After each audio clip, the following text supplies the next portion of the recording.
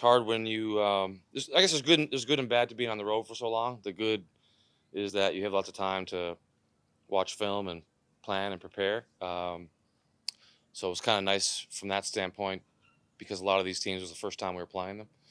Um, but the problem with that is you just it's all basketball and there's no chance to kind of get a break from it, clear your mind and put things in perspective. So sometimes during the tough times you can get real heavy on your shoulders, and then obviously just the human standpoint, you miss your family. So all those things are. I think it's better off to be home if you can be. We can still have time to get locked in, and a lot of these teams will be familiar with now. So it's the best of both worlds, hopefully. On a performance side then, and being away, the advantages, as you said, watch a lot of film, hopefully solidify the game plan. How do you assess what you've achieved so far in that sort of first half, so to speak, a little bit over coming to the home stretch?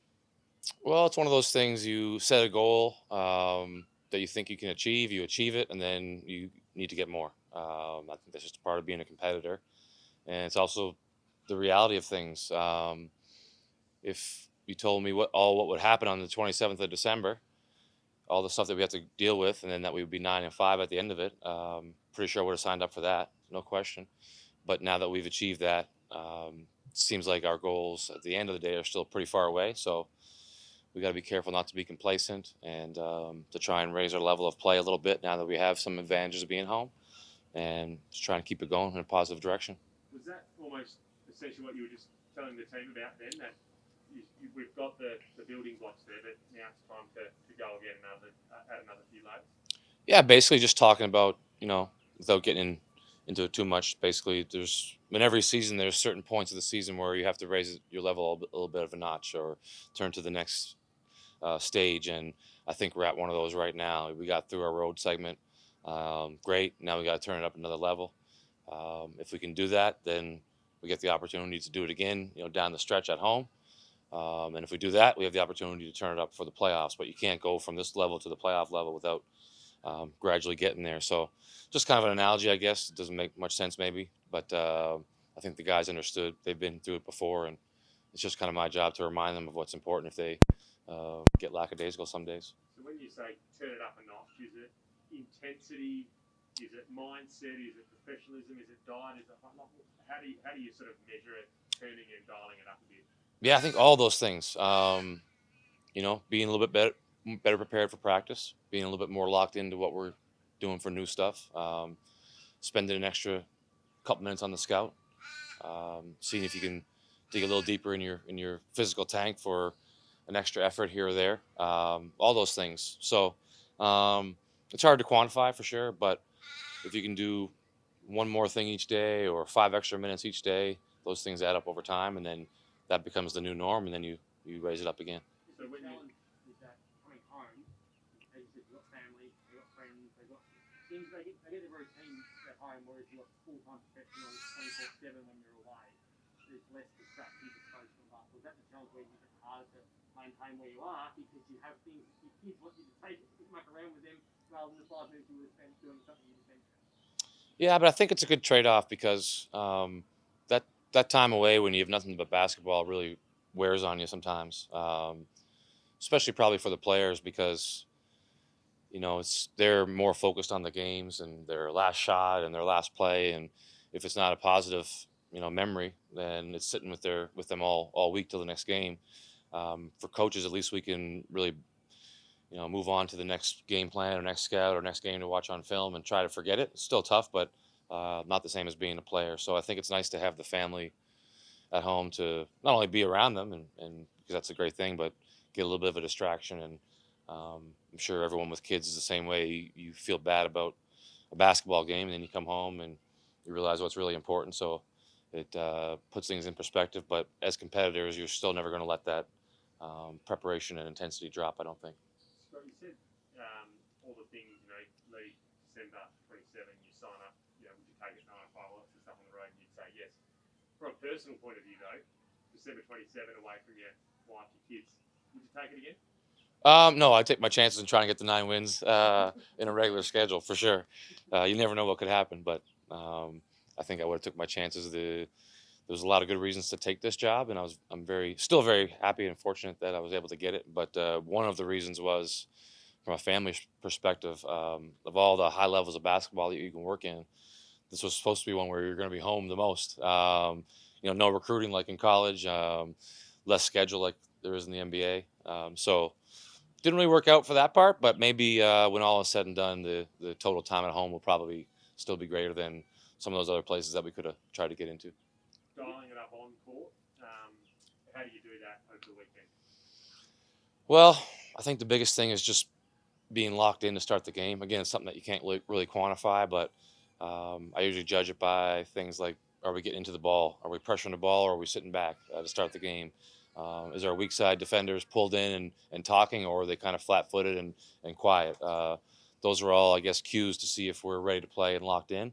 So I'll be eager to see how we start the game. New Zealand plays with a great pace, and if you make a little minor mistake early in the possession, they take control of that possession and they move the ball and they keep you on your heels for the whole 24 seconds. So the idea is to start the possession well and just try and stay solid and kind of fend them off as long as we can.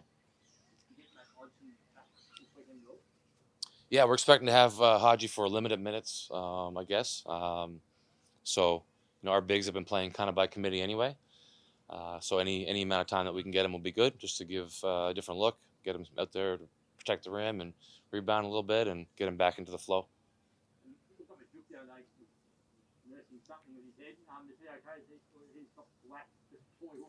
I mean, is he okay? I'm not sure. Can he play? Yeah. Not sure what's going on up there. But no, he's a tough kid. He's taken a couple hits this year and gone down and then been bounced right back up. So I think he might have took a elbow or something earlier in the week, but he's fine. He played well today.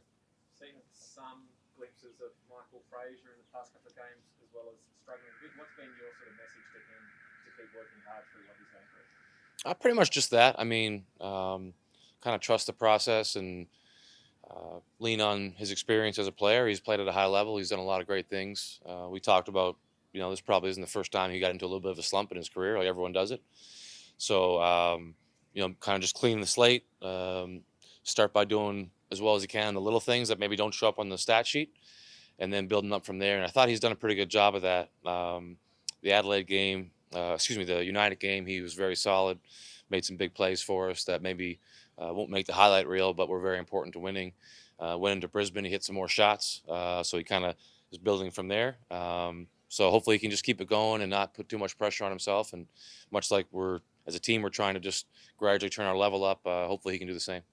Seeing Vic Law obviously hit the score sheet, but also in the absence of some of the tools, he's really taken a bit of an onus on rebounds as well. And we saw, I think, the one play the other night, he got the rebound off to Bryce, back to Vic, he runs the floor and he goes up. Are you seeing, I guess, from Vic, the Vic Law that you thought you'd signed up to?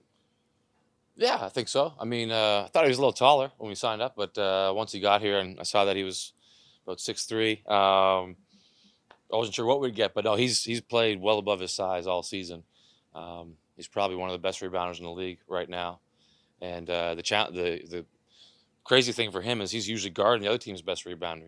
The Mitch Creeks, Jack Whites, those type of guys, the Bairstows of the league. Oftentimes, Vic's matched up with those guys. So not only is he doing his work to keep them off the glass, he's going to get it himself. He's had numerous big offensive rebounds for us, to whether it be the fourth quarter or to keep possessions alive that we needed.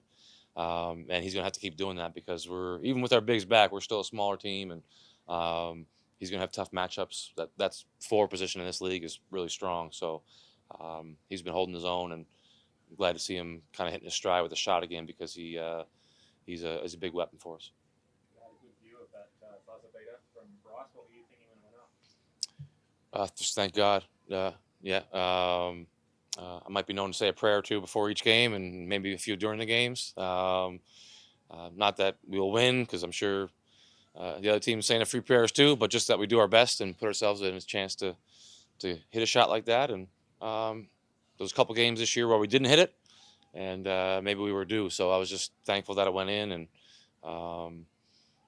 we finished on top. Those, I think, the second Sydney game, the second Southeast game, were both games we had a shot to win and missed. So it was nice to put one on the positive side. Was that always the play to go with Bryce? Last one goes Well, at the end of regulation, we set up a play where Jesse had the chance to go to either Vic or Bryce, and I think Vic had better positioning based on how they played it, and he made the right read, and Vic made the shot. And then at the end of regulation, um, we knew if they missed, we wouldn't be able to call a timeout. And I think you don't have to be John Wooden to know who to give the ball to. In that situation, with 7 seconds left and no timeouts, you give the ball to your fastest, best guy, and let him do what he's been known to do around here. And it was nice to actually be a part of it as opposed to just reading about it or seeing it on the highlights.